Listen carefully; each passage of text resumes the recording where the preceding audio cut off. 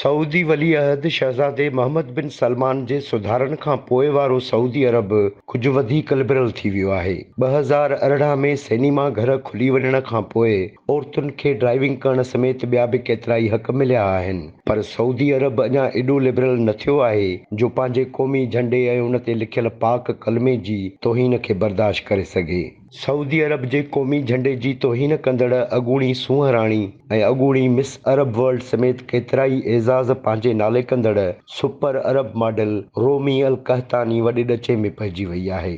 रोमी अल कहतानी खां ग़लती या बेवकूफ़ी इहा थी वई त हुन सऊदी अरब जे क़ौमी झंडे जी तौहीन कई ऐं सऊदी झंडे ते जीअं त मुस्लमाननि जो कलमो पाक लिखियल आहे, तंहिं करे हुन ॼण त पाक कलमे जी बि तौहीन कई।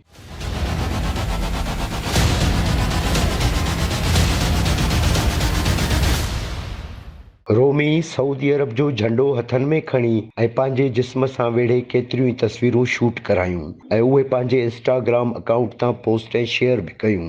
अरब मुल्कनि तोड़े इस्लामी दुनिया में रोमी जे अहिड़े अमल ते सख़्त कावड़ ज़ाहिर कई पई वञे ऐं सऊदी सरकार खां रोमी अल कहतानी ख़िलाफ़ एक्शन जो मुतालबो कयो पियो वञे।